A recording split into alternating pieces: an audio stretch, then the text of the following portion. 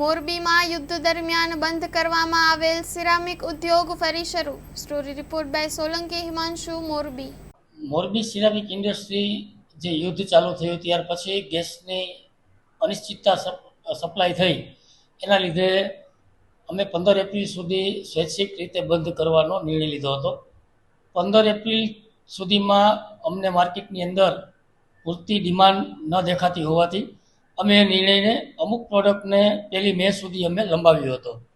પરંતુ 15 એપ્રિલથી અંદાજે 1-2 પ્રોડક્ટની 250 જેટલી ફેક્ટરીઓ જે છે એ ચાલુ થઈ ગઈ હતી. બાકીની જે ફેક્ટરીઓ છે એ આજે બધી ફેક્ટરીઓ ચાલુ થઈ ગઈ છે. અંદાજે અત્યારે 575 ફેક્ટરીઓ જે છે એ આજની તારીખમાં ચાલુ થઈ ગઈ છે. બાકીની જે બચેલી ફેક્ટરીઓ છે જેમના લેબરો કોઈ અત્યારે આવ્યા નથી અને રસ્તામાં હોય કે 2-4 દિવસથી આવવાના હોય, તો એ બધી ફેક્ટરીઓ આવનારા દિવસોમાં રાબેતા મુજબ ચાલુ થઈ જશે. ગેસની વાત કરીએ તો અમારી પાસે ગેસમાં 2 ઓપ્શન હતા. એક જે છે પ્રોપેન ગેસ હતો અને બીજો જે છે ગુજરાત ગેસ હતો, જેમાં નેચરલ ગેસની સપ્લાય ગુજરાત ગેસ કંપની દ્વારા આપવામાં આવતી હોય છે. તો પ્રોપેન ગેસ અત્યારે હાલમાં અવેલેબલ નથી, પરંતુ ગુજરાત ગેસ પાસે એટલો ગેસનો પુરવઠો છે કે જેટલો અમારે રાબેતા મુજબ વપરાશ થાય છે.